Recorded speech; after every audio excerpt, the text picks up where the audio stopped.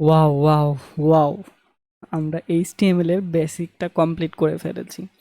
আমরা এই এইচটিএমএল শেষ করার পরে এখন আমরা শিখব সিএসএস। কিন্তু আমাদের এইচটিএমএল এর কিন্তু অনেক অনেক ট্যাগ আছে, অনেক তোমার অ্যাট্রিবিউট আছে। এই সব কিছু যদি আমরা একবারে শিখতে চাই তাহলে কিন্তু অনেক সময় লাগবে।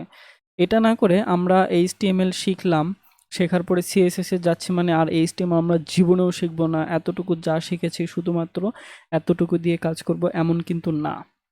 আমরা এইচটিএমএল এখন শিখলাম, এরপরে সিএসএস শিখে এইচটিএমএল এবং সিএসএস মিলে আমরা ছোটোখাটো প্রজেক্ট তৈরি করব, প্রজেক্টটা দেখব কেমন লাগতেছে, দেন আবার কোনো কিছুর প্রয়োজন হলে সেটা গুগল সার্চ করব, গুগল সার্চ করে নতুন কোনো ট্যাগ লাগবে কি না আমাদের ওয়েবসাইটের জন্য সেগুলো আমরা আবার সেখান থেকে নিয়ে এসে আবার নতুন করে একটা প্রজেক্ট তৈরি করব। এভাবেই কিন্তু আমাদের শেখাটা চালিয়ে যেতে হবে। যদি আমরা এইচটিএমএল সম্পূর্ণটা শেষ করলাম, আচ্ছা শেষ। সিএসএস সম্পূর্ণটা শেষ করলাম, আচ্ছা শেষ।